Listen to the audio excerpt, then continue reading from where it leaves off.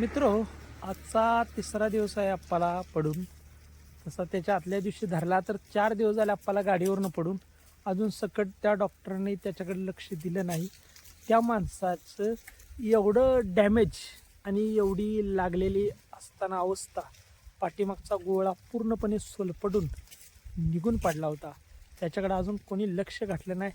त्या माणसानं काय करायचं? तुम्ही फक्त एका भाषेत मला सांगा, त्या माणसानं करायचं तरी काय? किती वेदना होत असतील त्याला आणि किती दुःख झालं असेल, पण त्यानं सांगायचं हे कोणाला? आता जे ज्याच्या त्याच्या मरणानं जे ते मरत असते हे मान्य आहे आम्हाला, पण डॉक्टरांनी थोडंफार त्याच्याकडे लक्ष दिलं पाहिजे.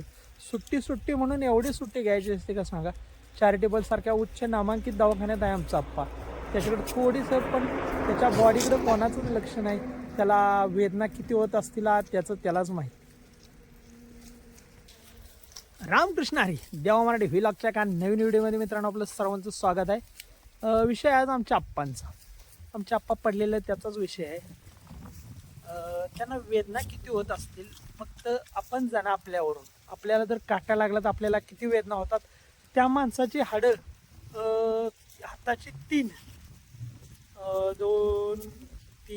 4 ठिकाणी हाताची हाडं मोडली ते, आणि मांडीचं एक हाड मोडले, आणि पायाचं नळी पार चेंदामेंदा झाला आहे. त्याला किती वेदना होत असतील फक्त आपल्यावरूनच जाणार, मग दुसऱ्याचं सांगा. डॉक्टरांचं काम आहे त्याच्या वेदनाकडे लक्ष देणे, पण आजपर्यंत त्या डॉक्टरांनी काही सकट केलेलं नाही. त्याच्या जे वेदना आहे ते त्यालाच माहिती. काय त्याच्यावर परिणाम होत असेल, काय दुखत असेल, पायांची हाडं दुखत असतील, काय होत असेल ते त्यालाच माहिती. पण डॉक्टर लोकांनी याच्यावर लक्ष दिलं पाहिजे. लक्ष नाही दिलं तर त्या बिचारानं करायचं तरी काय? ॲक्सिडेंट होतो म्हणून होत नसतो. आता नादानपणे झालेला आहे आणि त्याची तो फळं भोगत आहे.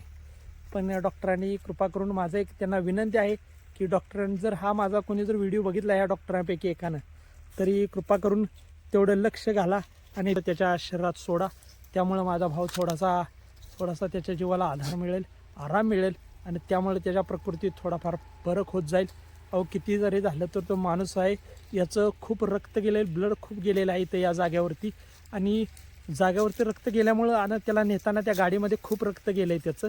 मग त्याच्यावर काहीतरी विचार केला पाहिजे हो. त्या माणसाला ज्या होणाऱ्या वेदना ते त्यानंच सोसू जाणं. खूप वेदना कठीण असतात. मी त्या दिवशी ज्या वेळेला त्याच्याजवळ गेलो, ॲक्सिडेंट झाला त्या दिवशी रात्री मला वाटतं मी तुम्हाला मागच्या व्हिडिओमध्ये सांगितलं, मी 12:30 वाजेपर्यंत त्याच्याजवळ. मी एक्सरा काढताना त्याचा जो हात वडला जायचा ना, तर माझ्या काळजात कळ येत होते. त्या हात वाढलेले जे काळजात कळ येते. मग विचार करा किती क्रूरतेनं हात ओढला जात असेल.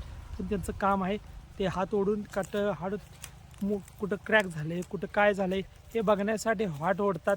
त्यांच्यापाशी पण माणुसकी असते, पण ते प्रोसेस असतो ते त्यांचा पूर्ण करावा लागतो. त्यांना ते प्रोसेस पूर्ण केल्याशिवाय काय करता येत नाही आणि पुढची हालचाल करता येत नाही. समजा जर त्याने ऑपरेशनच केलं, बघा, जर चुकून त्यानं ऑपरेशन केलं आणि जर ते क्रॅक आहे ते तसंच राहिलं तर परत त्या माणसाला खूप त्रास होतो त्या गोष्टीचा. मग इथं दुखतंय तिथं दुखतंय म्हणून माणूस त्या दुखण्यावारी घायला येतो, आणि मग त्याला समजवता पुरवतं. त्यामुळं काय म्हणू, त्यासाठी त्यांनी ते जे म्हणजे त्यांना जे करणं असतं ते त्यांच्या परीनं करतात. फक्त माणसाला याची जाण नसते. त्यामुळे तो माणूस खूप चिडतो त्यांच्यावर, वैतागतो. माझा बी आप्पा ओरडत होता, ओ नका ना, दुखतंय म्हणायचा, हात छातीवर धरून बसायचा. लई वाईट अवस्था. मला ते बघून माझ्या डोळ्यात अश्रूच्या धारा चालल्या होत्या. पण त्याच्या पुढे अश्रूच्या धारा दाखवून कसं करायचं? मग तो खंबीर कसा राहायचा? त्या दुखण्याला सामोरं कसं जायचं? म्हणून त्याच्या समोर डोळ्यातनं एकही पाण्याचा थेंब येऊन दिला नाही. मी निर्धय आणि कठोरपणे राहत होतो त्याच्या पुढं. पण जे मला ज्या आत्म्या वेदना होत्या ते मला माहीत असतं काय असतं ते. त्यामुळं ह्या डॉक्टर लोकांनी आज तिसरा दिवस, आता तसं बी बघायला गेलं तर 4था दिवस आहे. त्याच्या वेदनावरती काहीच अजून उपचार केले ना डॉक्टर लोकांनी. तर डॉक्टर लोकांना माझं एक सांगणं आहे की कृपा करून त्याच्या वेदनांच्याकडे लक्ष द्या, आणि त्या बिचाऱ्याच्या वेदना थोड्या कमी करायचा प्रयत्न करा. ऑपरेशन करायला घ्या. ऑपरेशन केल्यानंतर त्याच्यावर काय इफेक्ट जाणवल, पण ते तुम्ही जे करणार ते त्याच्यात तुम्हाला देव सिद्धेश्वर माझे यश देणार. यासाठी कृपया करून त्याच्या लागलेल्या दुखण्याकडे लक्ष द्या, आणि त्याला जेवढं जास्त होईल एवढं मित्रांनो तुम्ही सहाय्य करा की परमेश्वर परमेश्वराकडे एक प्रार्थना करा की याला दुःख सहन करण्याची देवा ताकद दे. आता वय त्याचं 45 आहे. त्याला आता प्रतिकारशक्ती कमी कमी होत जाते हो या वयात. त्यामुळं अवघड असते. दुखणं सहन करणं म्हणजे खूप अवघड होतं. मग त्यासाठी त्याच्या अंगात प्रतिकारशक्ती पाहिजे. प्रतिकारशक्ती असली तर ते दुखणं सहन करू शकतो. आणि त्यासाठी मनाची पूर्ण तयारी लागते. पण मी येताना कठोरपणे सांगून आलं, म्हणलं त्याला दगड आहेस, तुला काय होत नाही. तू दगडासारखा माणूस आहे, तुला कोणी काय करू शकत नाही.